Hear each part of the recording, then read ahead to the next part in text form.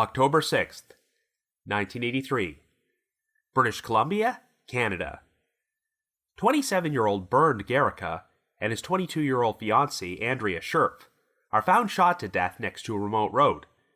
The couple hailed from West Germany and had been hitchhiking through Canada, and an unidentified man driving a pickup truck is seen using Andrea's traveler's checks in the days following her death.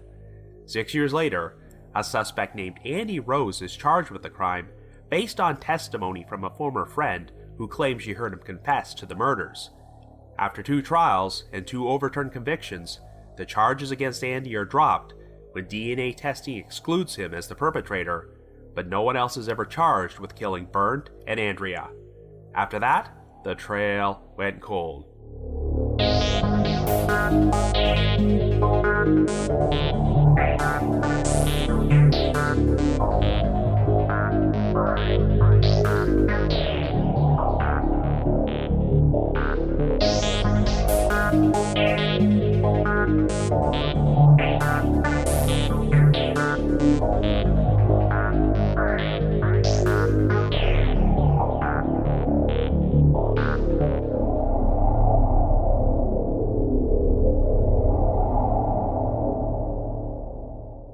Hello everyone, and welcome to our latest episode of The Trail Went Cold. I'm your host Robin Warder, and since we released our special update episode last week, this will officially be our first episode of 2023 that covers an unsolved cold case, the 1983 murders of Bernd Goericke and Andrea Scherpf. We're going to start off the year by traveling back to our podcast's home country of Canada, and while we've already covered a number of cold cases from here, this will be the first time we've done a Canadian wrongful conviction story.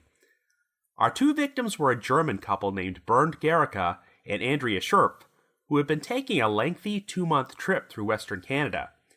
They relied on hitchhiking as their primary mode of transportation, but unfortunately, while they were in British Columbia, it seemed like they hitched a ride with the wrong person, who fatally shot the couple and robbed them of all their personal possessions before dumping their bodies.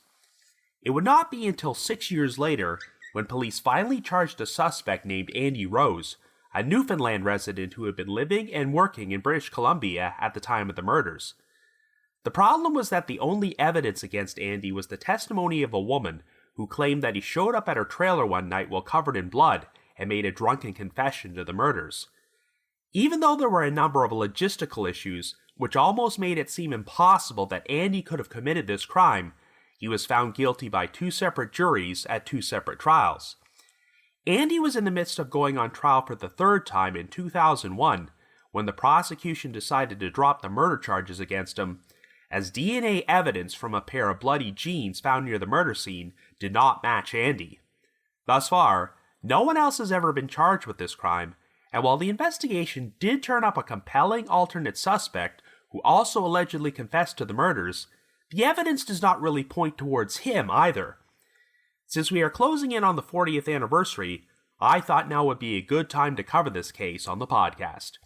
Anyway, before we get started, just a quick reminder that The Trail Went Cold is a weekly podcast, which is currently available for download on several platforms, including Apple Podcasts, Stitcher, Google Podcasts, and Spotify. So if you like this podcast, be sure to subscribe to it, and please leave us a rating or review on any of those sites to help spread the word. The Trail Went Cold is on Patreon, so if you would like to learn how to support the show, please visit our page at patreon.com/thetrailwentcold. For as little as $1 a month, you can garner access to exclusive rewards, which may include stickers and thank you cards, early access to episodes, and bonus content. So with all that out of the way, let us now delve into the murders of Bernd Goericke and Andrea Scherpf.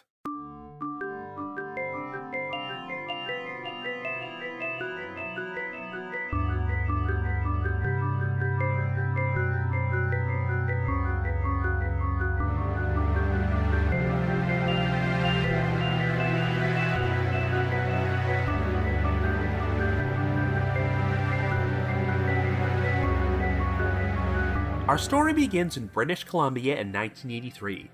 Our central figures are 27-year-old Bernd Goericke and his 22-year-old fiancée Andrea Scherpf, who originally hail from Fulda, West Germany. Following his graduation from university, Bernd received an extended trip to Canada as a gift, so he and Andrea decided that they would spend nearly 2 months traveling through the western portion of the country. A good chunk of this trip would involve camping and backpacking, and they planned to use hitchhiking as their primary form of transportation. The couple first touched down in Winnipeg, Manitoba on August the 18th, before going to visit relatives in the municipality of Roblin.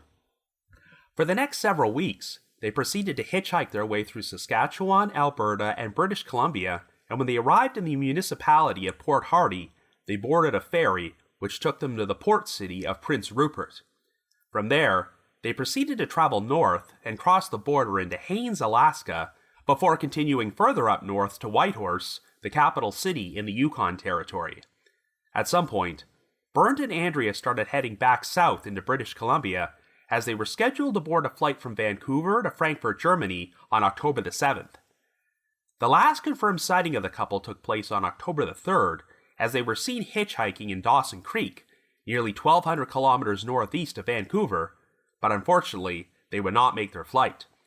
On October the 6th, a local resident discovered Bernd and Andrea's bodies in a field next to an isolated road about a half-kilometer away from Highway 97. Bernd had been shot once in the back of the head and once in the face, while Andrea received a fatal gunshot wound to the temple. The location was about 32 kilometers west of the district municipality of Chetwynd, and it was estimated that the couple had been dead about 3 days before their bodies were discovered. The investigation would be headed by the Royal Canadian Mounted Police, aka the RCMP, and they initially could not even identify the two victims because all of their identification, including their passports and driver's licenses, was missing. In fact, all of the items which Bernd and Andrea had been carrying, including their backpacks, clothing, camping equipment, and a guitar Bernd owned, were presumably stolen by the person who killed them and never recovered. A forensic pathologist who conducted post-mortem examinations on Bernd and Andrea was unable to determine the exact make and model of the bullets and guns used during the murders, but she felt it was consistent with either a .38 caliber or .357 Magnum handgun. The pathologist also suspected that the victims might be European, which prompted the RCMP to contact Interpol and eventually learn about a missing West German couple who had not returned home as scheduled from a trip to Canada. A friend of theirs who lived in Edmonton, Alberta, had to be brought to British Columbia to view the bodies and positively identify them as Bernd and Andrea on October the 16th, 10 days after they were found. The most promising piece of evidence was a pair of size 34 jeans, which were discovered inside a waste disposal bin located alongside Highway 97, about 1 kilometer south of the murder scene. The jeans were heavily stained with blood spatter, particularly below the knees, and a forensic serologist determined that the blood was consistent with the two victims. There was also a blood-like substance underneath Andrea's fingernails, which may have belonged to the killer. Investigators would also learn that on October the 4th and the 5th, American Express traveler's checks belonging to Andrea were used to purchase gasoline at no less than 5 service stations in Prince George, Quesnel, McLeese Lake, Lac La Hache, and 100 Mile House, which were all located hundreds of kilometers south of the murder scene. According to the various clerks at these stations, the individual who used these checks was a white male who appeared to be 5'9" and approximately 40 years old and spoke with a slight American accent. He was also described as having straight, collar-length brown hair and slumped shoulders, and he was dressed in work clothes. The witnesses said that the man had a pleasant demeanor and did not do anything to arouse suspicion, which is why they agreed to accept traveler's checks from him even though they had a woman's name on them. For instance, the clerk at the gas station in McLeese Lake said that the man told him he had bumped into a lady who ran out of gas up the road, so she gave him a signed $10 traveler's check in order to fill up a gas can to bring back to her. The man was reportedly driving a green, late 1960s model pickup truck, which may have been a Chevrolet, but unfortunately, none of these witnesses got the license number. Even though a number of pickup truck owners from British Columbia were questioned by the RCMP, they were unable to find a match. And while 2 separate composite sketches were created and circulated for the male driver, he could not be identified. Over the course of the next several years, the RCMP collected around 900 tips, but none of them led any closer to a resolution. Well, a major development took place in July of 1989 when the RCMP detachment in Gander, Newfoundland was contacted by Tom Martin, a drug dealer who acted as an informant for them. Martin claimed that months earlier, he had been living in the town of Grand Falls, Windsor, and sharing a house with a woman named Madonna Kelly.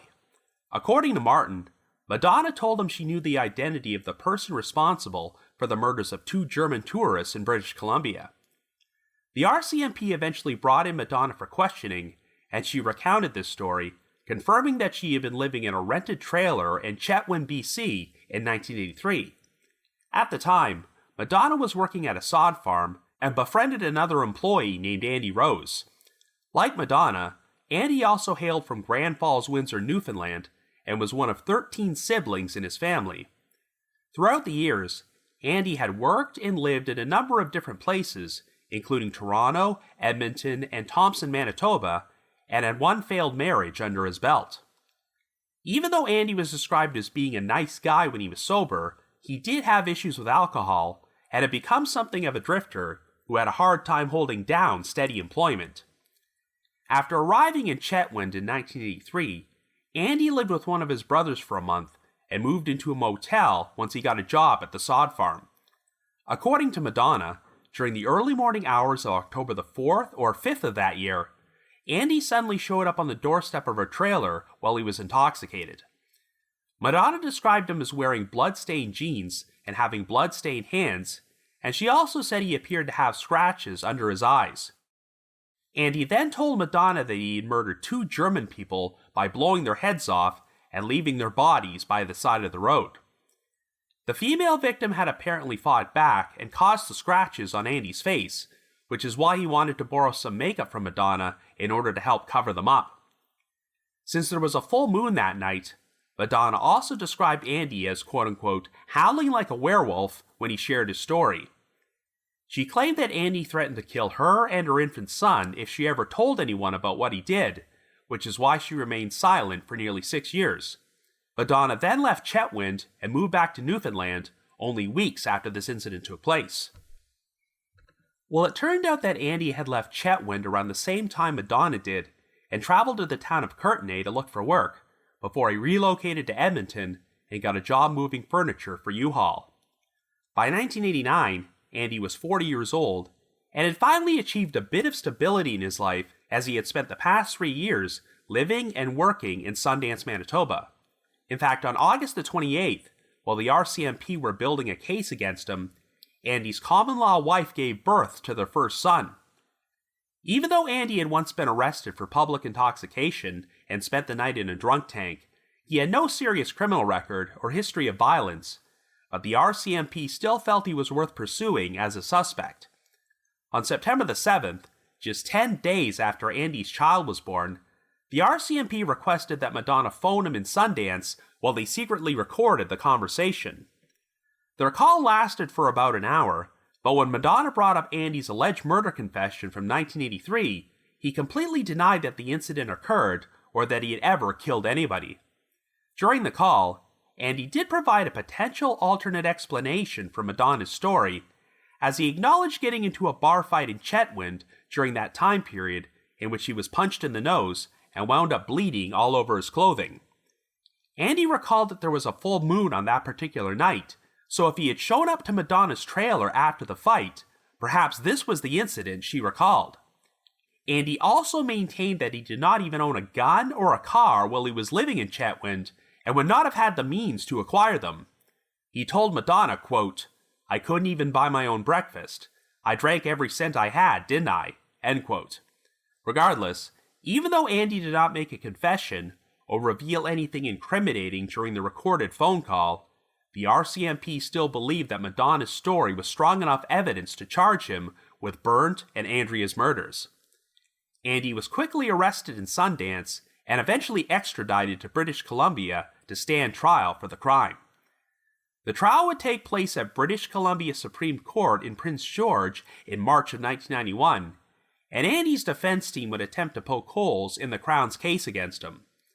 Obviously, one of the biggest issues was that in the days following the murders, Andrea's traveler's checks were used at various gas stations located hundreds of kilometers south of Chetwynd. The composite sketches of the man seen using the traveler's checks did not bear much of a resemblance to Andy, but employment records showed that he had worked an 8-hour shift at the sod farm in Chetwynd every single day between October the 3rd and October the 16th of 1983. And like I just mentioned, Andy did not even own a vehicle during that time period, so how would he have even driven to all these gas stations?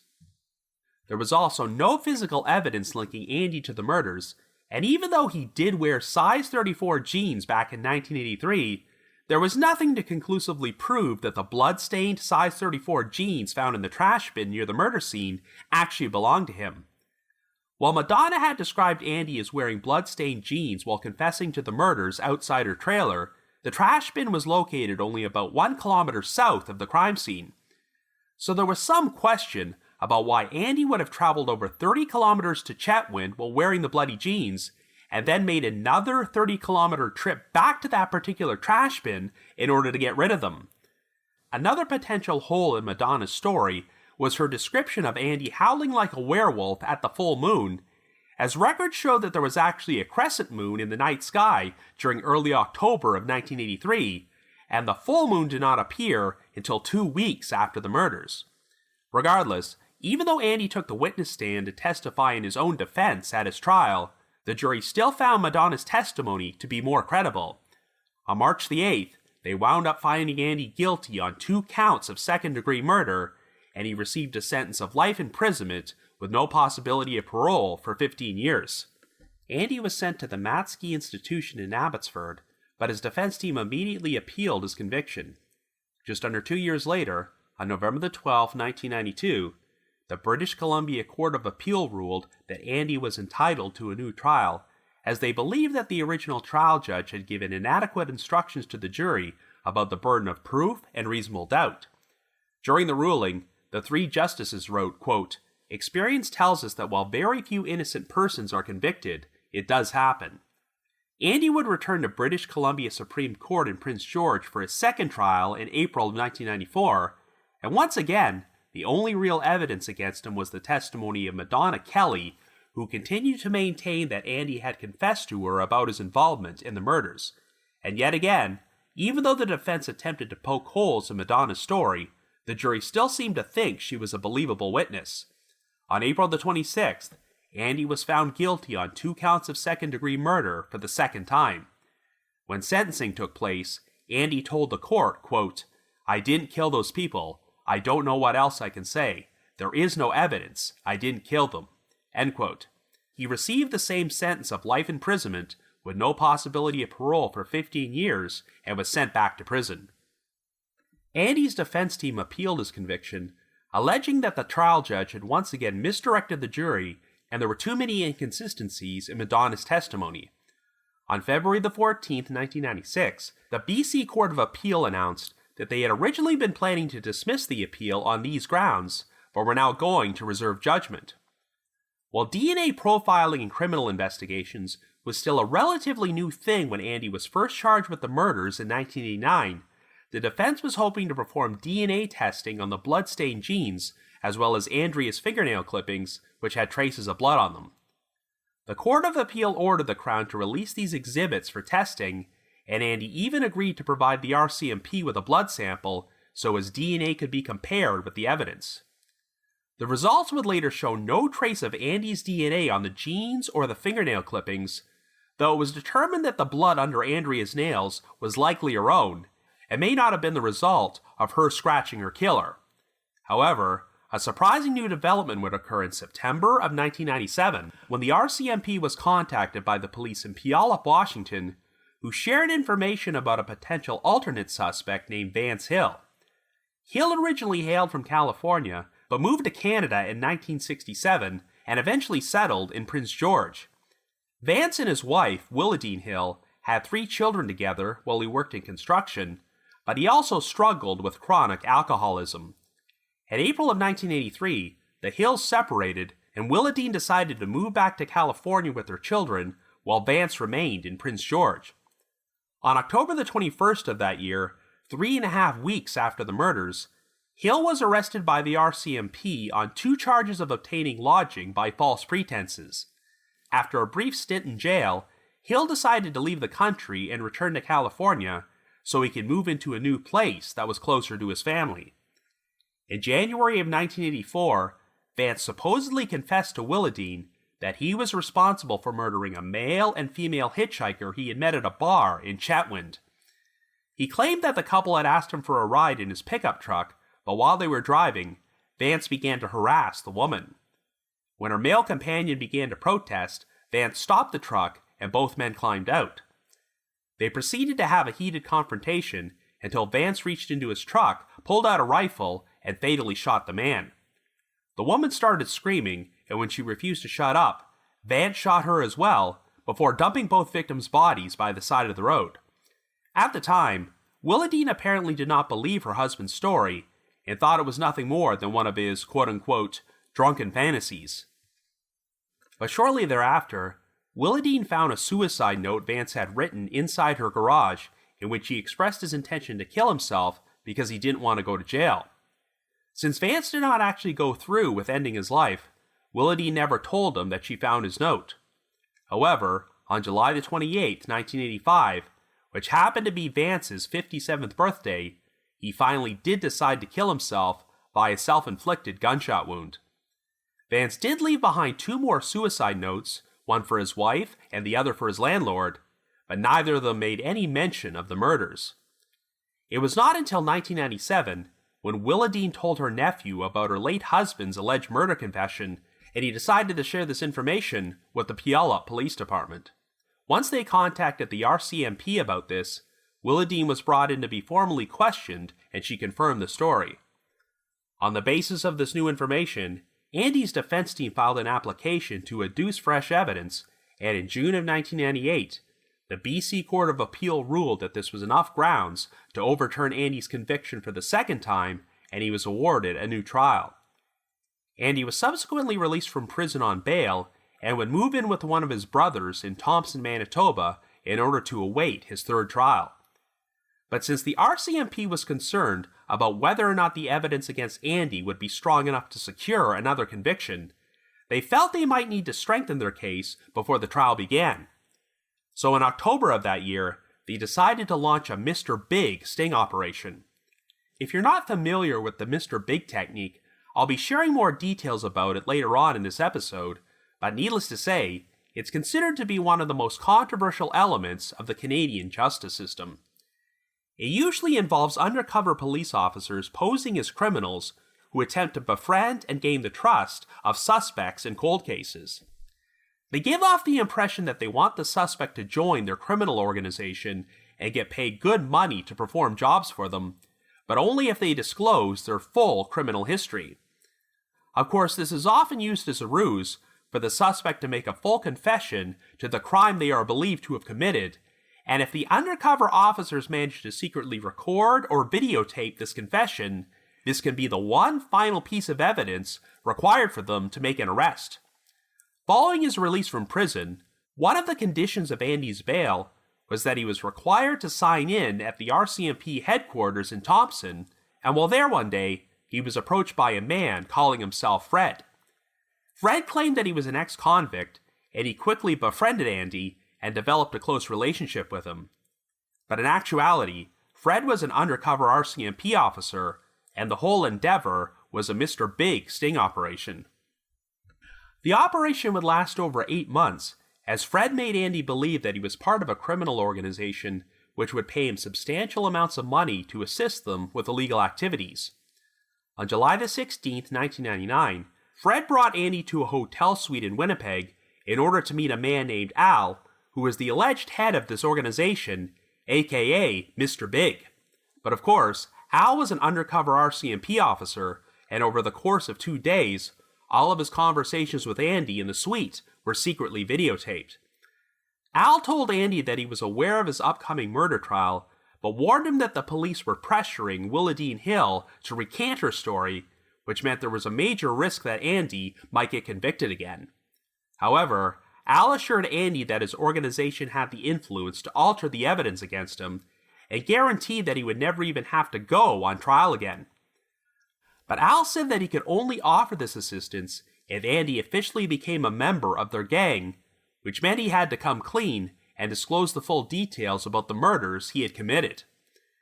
Even though Al told Andy that he did not care if he actually committed the crime and would fix the situation for him, Andy continued to maintain his innocence. During their meetings, Andy was told no less than 24 times that if he did not confess to the murders, he would go back to jail, but he refused to do so. Given Andy's past struggles with alcoholism, the undercover officers decided to take advantage of the situation by bringing him to the hotel bar to drink beer for around 2 hours. When they returned to the suite, Andy finally stated, quote, "Well, we'll go with I did it, okay?" He made a full confession to the murders, unaware that the whole thing was being videotaped. Needless to say, Andy's defense attorneys were aghast when they learned about what happened, but he maintained that his confession was false and had been coerced, as he claimed that he only told the officers what they wanted to hear. Indeed, even though Andy admitted to the crime during the recordings, he did not reveal any exclusive details which were not already public knowledge. For instance, when asked how he obtained the firearm used to commit the murders, Andy never went into any specifics and simply said, quote, "Oh, I had it. The defense filed a motion to have Andy's confession suppressed as evidence at his third trial, but were unsuccessful, so they were planning to bring in a forensic psychologist with expertise in the areas of police interrogations and false confessions to testify that Andy had been manipulated and coerced. They also planned to bring in Willa Dean Hill and her daughter to testify about Vance Hill's alleged confession to the murders. The trial finally began in January of 2001, but by this point, even more evidence had emerged to support Andy's innocence. Advanced forensic testing on the bloodstained genes revealed traces of DNA belonging to 3 people. Of course, 2 of these people were Bernd and Andrea, as the blood spatter wound up matching them, but traces of genetic material, including a scalp hair, were found in the pants cuff. The DNA on this material belonged to a male, but Andy was excluded as being the source. Before the trial could be completed, Crown Prosecutor Gil McKinnon decided to consult with the British Columbia Attorney General, and on January the 23rd, he announced that the murder charges against Andy were being stayed. McKinnon stated that given the amount of evidence which seemed to point away from Andy, he would have felt uncomfortable if the jury had reached another guilty verdict. The Crown had a year to reactivate the murder charges against Andy, but they chose not to, meaning that he was finally exonerated. In 2009, the story would be featured on an episode of the Canadian investigative journalism program The Fifth Estate. By that point, Andy was working in a warehouse in Edmonton and had managed to start a new relationship with his son, who had been less than 2 weeks old when Andy was arrested for the murders. Andy said that he now spent most of his time alone, and as far as I can tell, he has never received any compensation for his wrongful incarceration. Unfortunately, the investigation has not had much luck identifying the real perpetrator, as it turned out the DNA evidence on the bloodstained genes did not match Vance Hill either. In addition, even though these genes were a size 34, Hill was known for wearing pants that were a size 40 to 42. Since none of the missing identification or property that belonged to the 2 victims has ever been recovered, the RCMP has urged anyone who might have found it or has information on the items to come forward. But after 4 decades, the murders of Bernd Goericke and Andrea Scherpf continue to remain unsolved. So I guess you could say the trail went cold.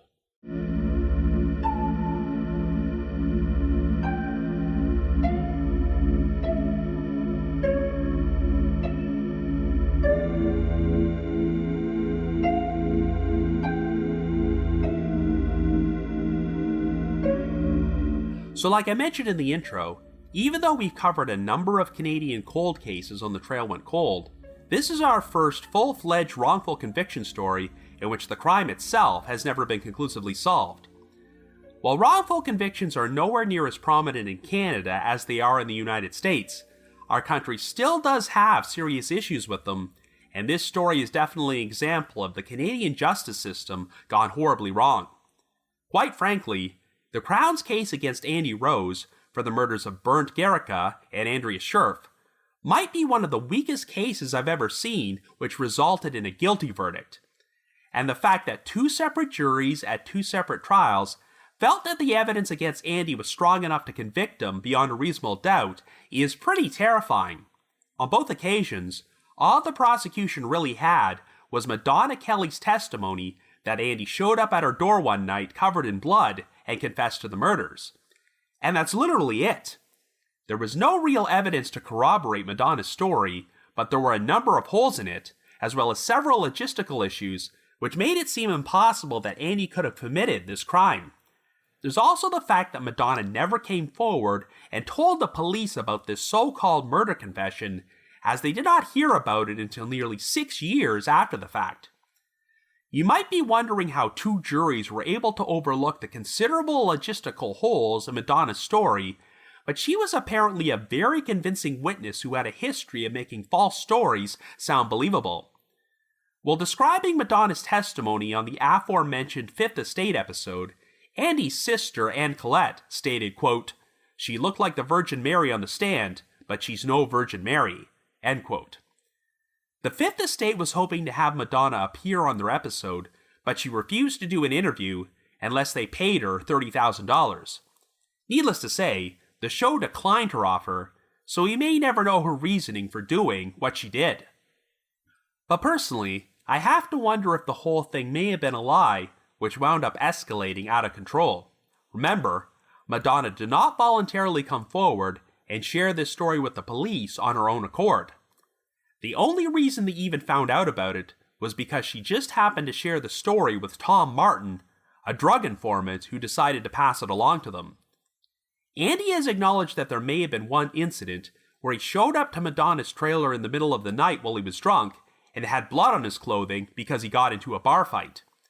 For reasons unknown, Madonna may have chosen to exaggerate this story and told Martin that Andy showed up in this condition and confessed about a double murder. However, when Martin took this information to the RCMP and they started questioning her and pressuring her into testifying against Andy, Madonna may have felt that there was no turning back and she had no choice but to stick to her original story. Hell, maybe she legitimately believed that Andy committed these murders and convinced herself that she was only lying to put a guilty man in prison. I'm sure Madonna never envisioned that the whole ordeal would drag on for over a decade and she would be forced to testify at multiple trials.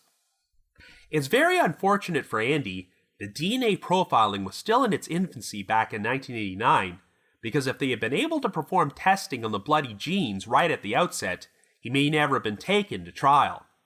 But even if you disregard that, there were just so many holes in Madonna's story that there's no way that the jury should have convicted Andy. The most obvious issue is that Bernd and Andrea were likely murdered while being picked up hitchhiking, and their bodies were found over 30 kilometers outside Chetwynd, and even though Andy was living in Chetwynd back in 1983, he did not own a vehicle at that time.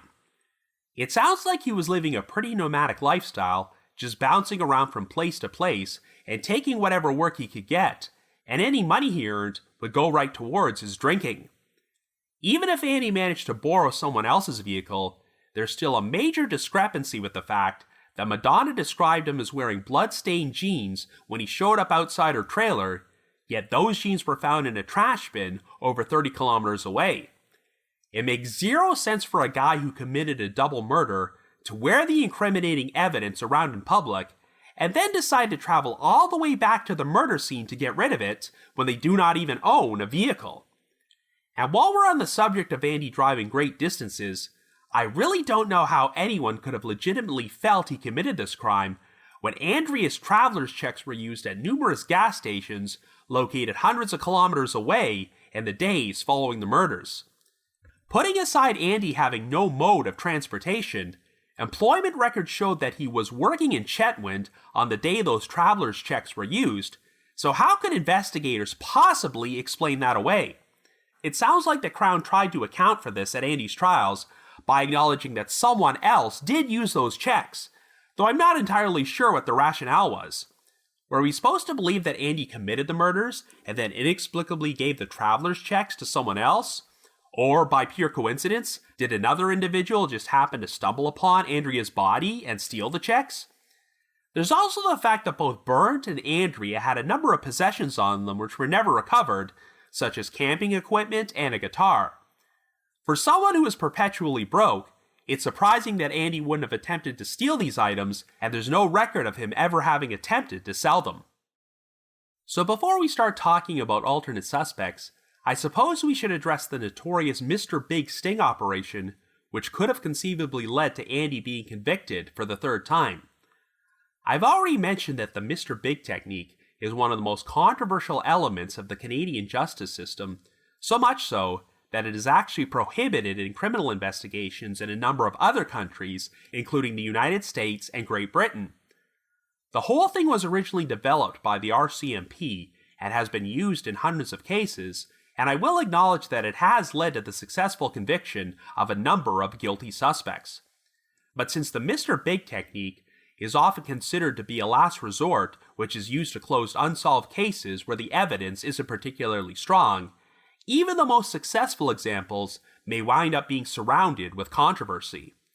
For instance, if you've seen the Netflix true crime series The Confession Tapes, you're probably familiar with the convictions of Sebastian Burns and Atif Rafay, two young men who received life sentences for the murders of Rafay's parents and sister in Bellevue, Washington in 1994.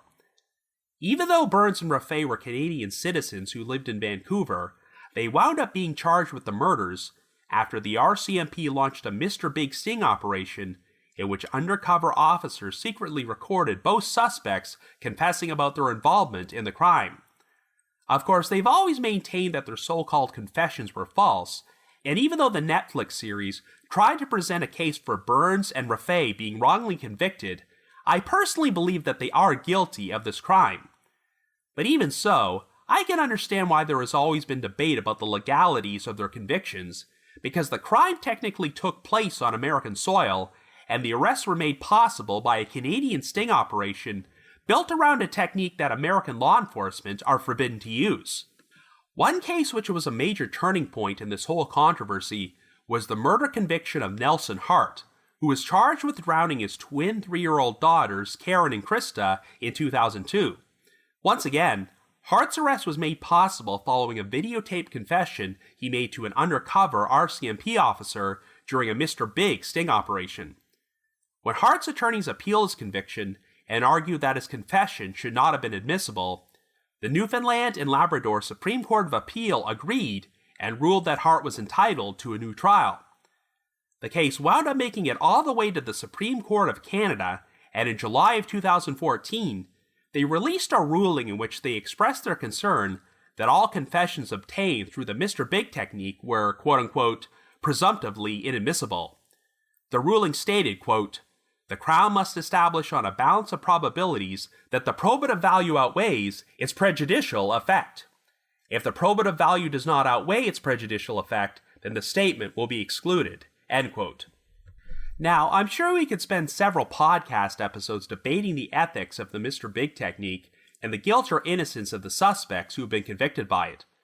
However, I think it's safe to say that Andy Rose was one of the most clear-cut examples of an innocent person being railroaded by this process, and what separates his case from many of the others is that he had already been tried and convicted of this crime on 2 previous occasions. Since Andy's defense team were now performing DNA testing, and there was an eyewitness claiming that another suspect confessed to this crime, it seemed clear that the RCMP was worried that Andy might not get convicted this time around, so this was a very desperate last-ditch attempt to fabricate more evidence against him. During the Fifth Estate episode, one of Andy's defense attorneys was interviewed and said that she was livid when she first learned that Andy admitted to the murders on tape, but once she watched the recording, she had a better understanding of how Andy could have been coerced to do this, even if he was completely innocent. I've seen footage of quite a few of the Mr. Big sting operations, and one recurring detail I've always found amusing is that the undercover cops will insert an F-bomb into pretty much every other sentence during their conversations. It often comes across as if they are trying way too hard to portray themselves as a tough criminal, but they are also establishing a constant pattern of abrasive, abusive, and intimidating language in order to exert pressure on the suspect and compel them to confess. But what's particularly troubling about Andy's sting operation is that the undercover officers were feeding him blatantly false information about his upcoming trial, such as the fact that Willadine Hill was possibly going to recant her story that her former husband had confessed to the murders. They made Andy believe that there was a genuine chance he would get convicted again, when in actuality, investigators feared that Andy might not get convicted unless they coerced a confession out of him. Let's also not forget that when Andy was first charged with the murders in 1989, the RCMP had secretly recorded a phone conversation between Andy and Madonna Kelly. Even though Andy did not have any idea that he was being investigated as a suspect at that point, he still did not confess or reveal anything incriminating during that conversation, which I think is further evidence that his Mr. Big confession was bogus. I know that Andy's third trial was halted before it reached the jury, but even though the case against him was fraught with problems and the defense tried to discredit his confession, there was always a risk that the jury still could have found him guilty. Back in 2001, the general public was not as aware or well-versed about the subject of false confessions, so they still might have put a lot of credence to the fact that Andy admitted to the murders on tape.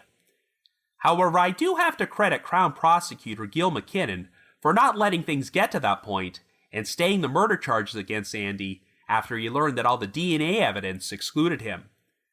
McKinnon was not the prosecutor at Andy's first two trials and stated that he just had this uncomfortable feeling that he might be putting the wrong man away, which is why he didn't want to put the case into the hands of the jury.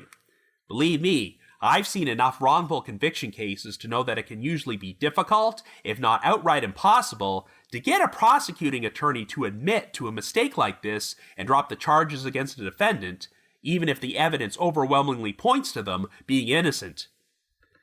Sadly, so much focus was put on the wrongful conviction of Andy Rose that the two victims, Bernd and Andrea, almost seem to be afterthoughts in this story. Honestly, their missing personal possessions makes me believe that robbery may have been the primary motive for this crime, particularly since there's no indication that Andrea was sexually assaulted.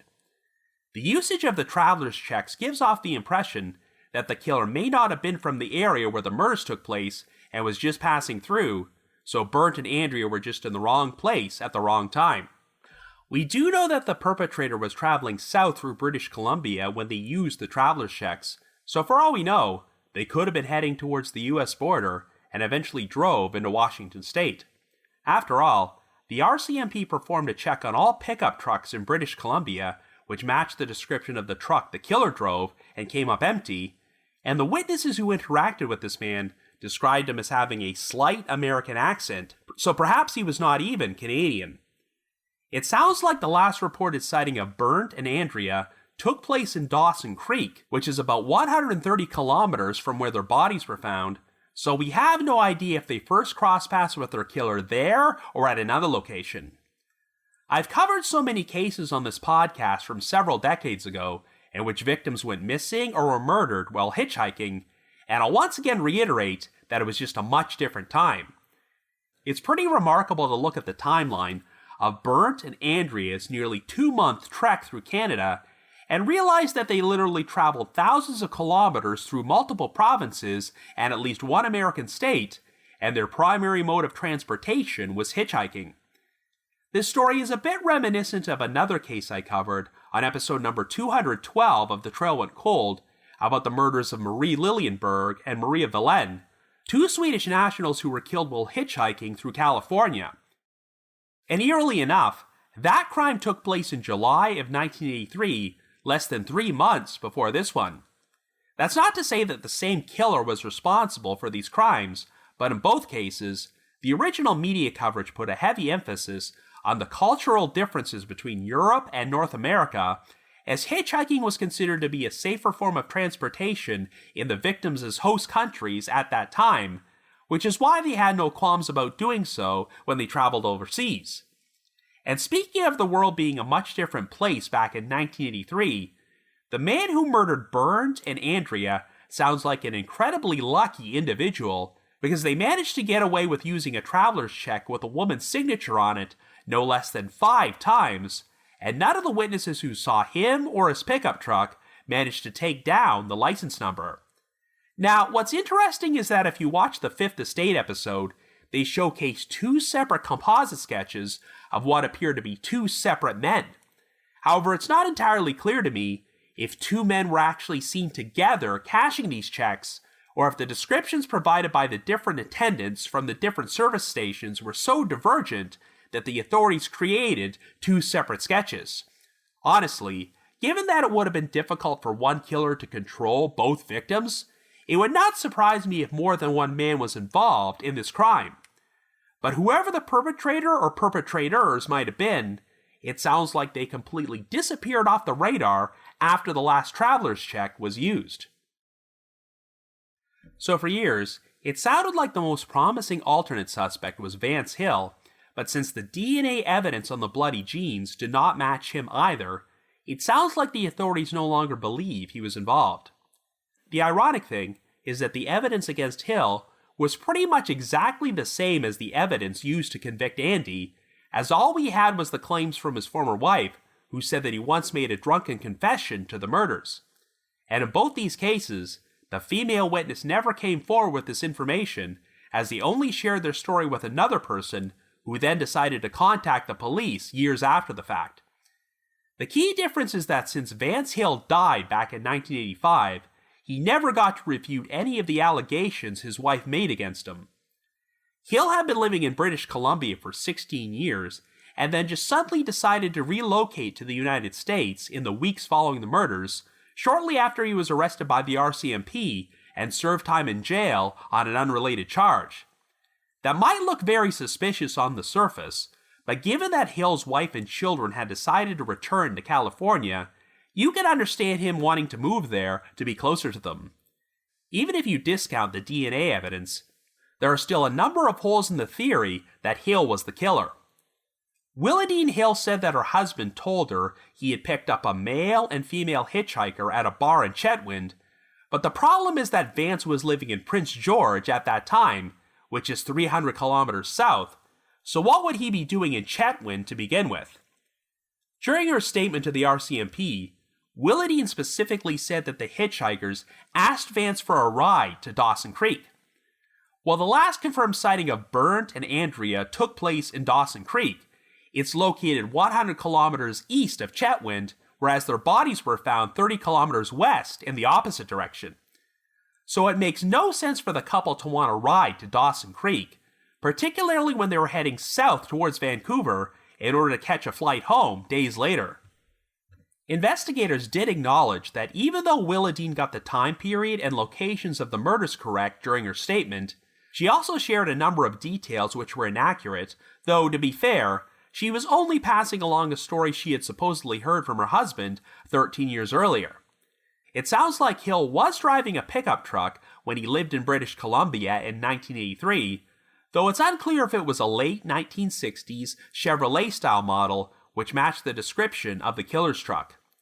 But it does not sound like Hill matched the description of the man seen using Andrea's traveler's checks, as he was believed to be around 40 years old, whereas Hill would have been 55 at that time. While it's easy to assume that Hill's eventual suicide was the result of him being overwhelmed with guilt over what he had done, he was going through a number of serious issues at that time, such as the end of his marriage and chronic alcoholism, so I'm sure he could have chosen to take his own life for other reasons. It's odd that he would be willing to make a full confession about these murders to his wife, but then not make any mention of the crime at all in his suicide notes. Look, I'm not saying that Willadine completely fabricated this entire story about the confession, as it's possible that Vance may have gotten so intoxicated one night that he got it into his own head that he had committed a double murder and then blabbed about it. Willadine even said that she thought it was nothing more than one of her husband's drunken fantasies, which seems to indicate that he did this sort of thing whenever he was inebriated. All this speculation about Hill may no longer even be necessary since the DNA testing excluded him, and I think it's likely that the real perpetrator was someone who has never even popped up on the radar as a potential suspect.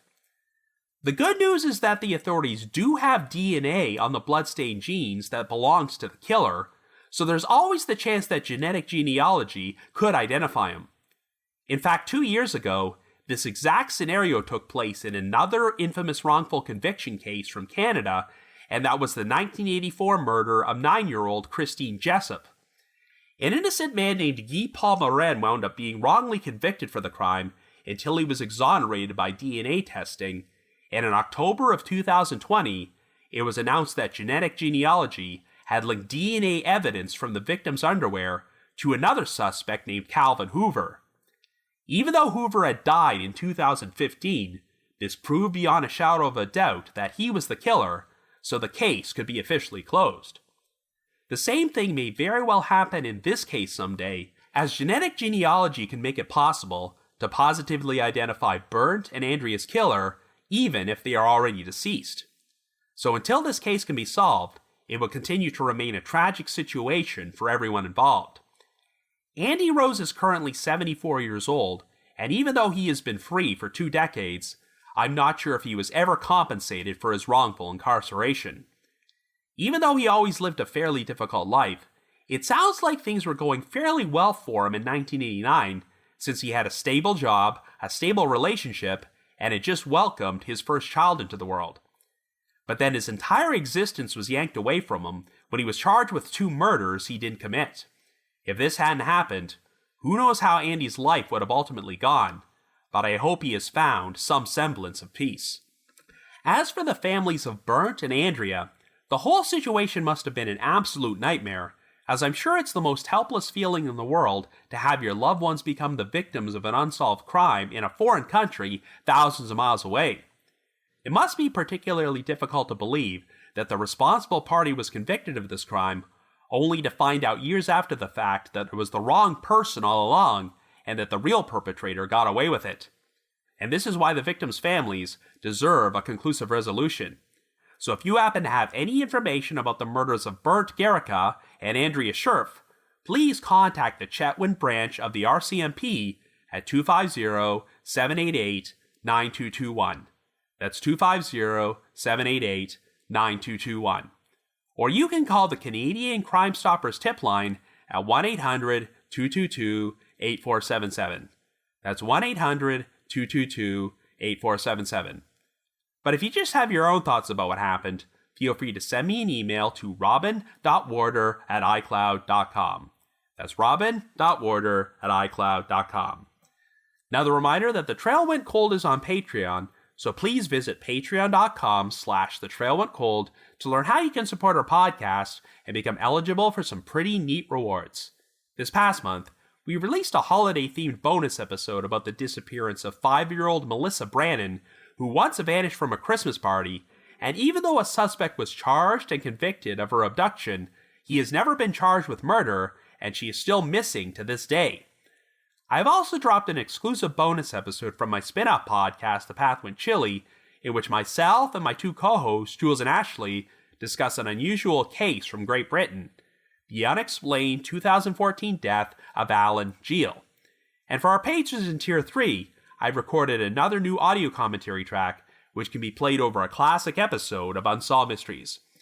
I'd also like to give a shout out to our most recent listeners who have signed up with us on Patreon this week, and they are Don R., Saint Wave, JL Draw, Veronica GB, Brian CA, Derek W., Kitty D., Lauren M., Nancy C., David G., Ashley H., and Katja.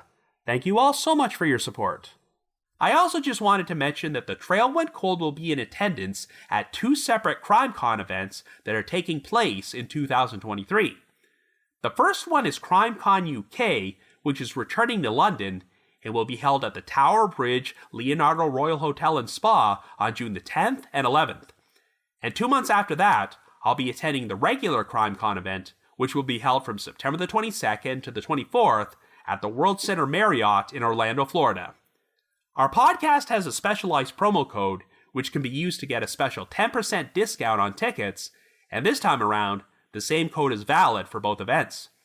So in order to purchase tickets and get a 10% discount, you can either visit crimecon.co.uk or crimecon.com and use the special promo code COLD23. That's COLD23. Hope to see you there. I just wanted to give another shout out to my supporters at the Unsolved Mysteries message board at the Sitcoms Online forum and the Unresolved Mysteries subreddit. I need to provide a big thanks to McGill Foote, who edits and assembles this podcast together for me, and Vince Nitro, who composes the eerie music you hear on every episode. If you haven't already, you can like us on Facebook, follow us on Twitter, or leave us a rating or review on Apple Podcasts, Stitcher, Google Podcasts, or Spotify. So have yourselves a good week and join us next Wednesday for another brand new episode of The Trail Went Cold.